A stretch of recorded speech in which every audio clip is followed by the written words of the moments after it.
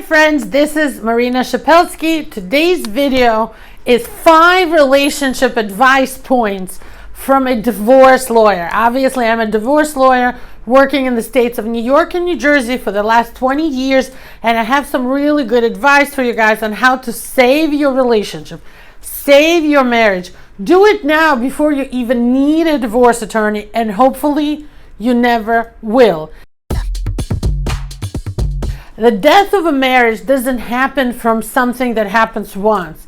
It doesn't happen from a big explosion or one event. It's a death from 1,000 cuts. 1,000 times something went wrong, and finally when people decide to get divorced, it's like the last drop.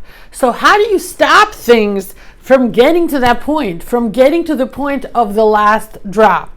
Number one thing that you should do is, if you're having issues in your marriage, perhaps it's a good time to go see a therapist. There's no shame in having a therapist, somebody to help you, family counseling or couples counseling, but actually just start with yourself. Maybe you have issues that are from childhood or whatever that you are dealing with, and your spouse is just hitting that pain button and they're making you crazy, and maybe it's not all them. Of course, they have some blame here, but some of it is you, and a good therapist will help you with techniques on how to talk to each other, with techniques on how to listen to each other, with techniques on how to deal with stress, and even like something simple.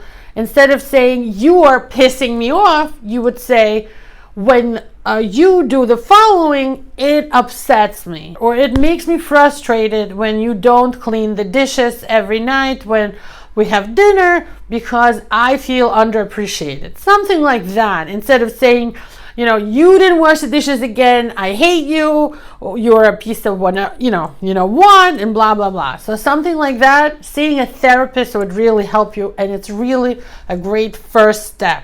2, money issues. Figure them out early in your relationship. When you're just starting to move in together, or you just moved in together, this is what I did with my spouse. I sat him down and I said, "Look, we come from 2 different financial backgrounds. Let's talk this out now. Let's decide about our joint account and each of us having separate accounts." So we each have our separate accounts, and we have a savings account together and a checking account together. So our 2 joint accounts are checking and saving. Saving is when we save for trips together, to buy a house, to buy something together as a team, as a couple. Checking is to pay together, our joint checking, our bills, our trips, whatever. And each of us have our own separate financial accounts that the other one doesn't have access to, doesn't look at, where we have our own money. If you have that, you're in good position. You will have disagreements about money, and that's normal. Again, don't make it personal.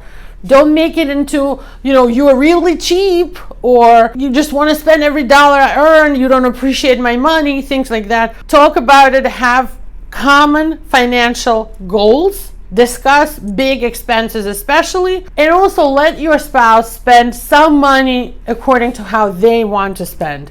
It's not all about the couple and about you. Sometimes people need their own space and even their own spending. Like maybe I like to buy an expensive bag, and once in a while my husband likes to go play poker with his buddies. Unless it's like an addiction or something bad, let them have their space and do something they like, their hobby.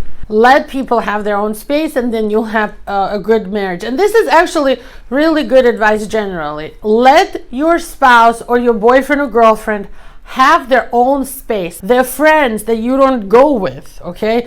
Girls or boys trips together. If you trust them, you trust them, okay? If you don't trust them and you're afraid they'll go on that bachelor party trip and have sex with a stripper, there's something fundamentally wrong with your relationship, and you should think about that. It's not about the bachelor party. It's about the fact that you don't trust him when he's left alone to his own devices. So think about that.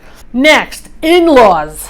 Again, talk about it early in the relationship, figure it out together. Huge reason for fights, because his family or your family, different backgrounds, different relationship with money, what's acceptable, what's not acceptable, where are the boundaries, when they can get involved in your marital life, when they shouldn't get involved in your marital life, right? Talk about this. Decide on a strategy when you have problems with his parents or with your parents, and figure it out early. Next is have alone time. Only you alone time. Maybe you like to go for a spa treatment. Maybe he likes to go play golf with a friend or alone. Have alone time and have that be part of your routine. It has to be something everyone knows that you both have.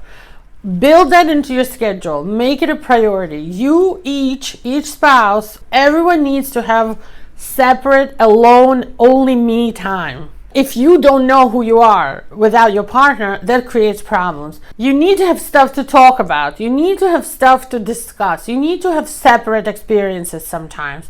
It doesn't have to be a lot of time, but have regular, only me time. Otherwise, it makes everyone crazy. And we don't want crazy. We want something calm and good and long term. And finally, don't ever say something huge that cannot be taken back or forgotten. If it's something that you know your spouse will remember for the rest of their life, or your girlfriend or your boyfriend, don't say it. Silence is golden. If you are fighting and you see they're really upset and you want to tell them that they have something like, and anyway, your penis is the smallest penis I've ever seen, that can never be taken back. Don't say it. Don't think it. Don't say it. You are an adult. Control what you say. Control what you do. Have self-control.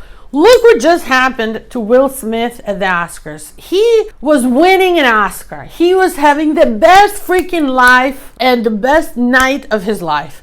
Sitting with his wife in the first row at the Oscars. All black Oscar production. Amazing. Our country has been building up to this for years. And Chris Rock said something stupid. And maybe he didn't even mean it. It doesn't matter. Will Smith couldn't control himself. Keep my wife's name out your fucking mouth. He went and he slapped Chris Rock. How does that look to you as an outsider? It looks like Will Smith was a little crazy, right? Imagine if this is you and your spouse in your relationship, right? If you say something stupid or you do something stupid, sometimes there's just no coming back from that. If you hit your spouse, there's no way to come back from that. That's a crime. You'll get arrested. There'll be a criminal and a family restraining order or order of protection. You might go to jail and lose any licenses you have, professional associations, and so forth. You'll have to spend thousands on lawyers, lose respect and reputation. Why not just stop yourself? Walk away if you're really upset. Go outside for a walk. Take a drive. Go have a Slurpee. Have a cup of coffee outside the house. Relax and walk away. If there's things that you're planning to say or do, or even in the moment when you're hot and you want to do something, don't say it and don't do it. Control yourself as adults do. All right? For more advice, follow us on our YouTube channel. Give us a like, a little heart if you like this video, and we'll be so happy if you subscribe to our channel. Thank you so much for watching, and I'll make more videos just like this for you to enjoy. Bye-bye.